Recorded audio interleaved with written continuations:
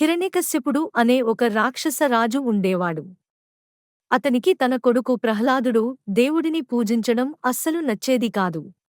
ప్రహ్లాదుడిని ఎలాగైనా చంపాలని తన చెల్లెలు హోళికను పిలిచాడు. హోళికకు ఒక మాయా దుప్పటి ఉండేది. అది కప్పుకుంటే మంటల్లో కూడా ఆమె కాలిపోదు. ఆమె ప్రహ్లాదుడిని తన ఒడిలో కూర్చోబెట్టుకుని మంటల మీద కూర్చుంది. కాని ప్రహ్లాదుడు భయం లేకుండా దేవుడిని తలచుకున్నాడు. అప్పుడు ఒక అద్భుతం జరిగింది. గాలి వీచి ఆ మాయా దుప్పటి హోళిక మీద నుండి జారి ప్రహ్లాదుడిని కప్పేసింది. దాంతో చెడుకు సాయం చేసిన హోళిక కాలిపోయింది. నిజాయితీగా ఉన్న ప్రహ్లాదుడు క్షేమంగా బయటకు వచ్చాడు.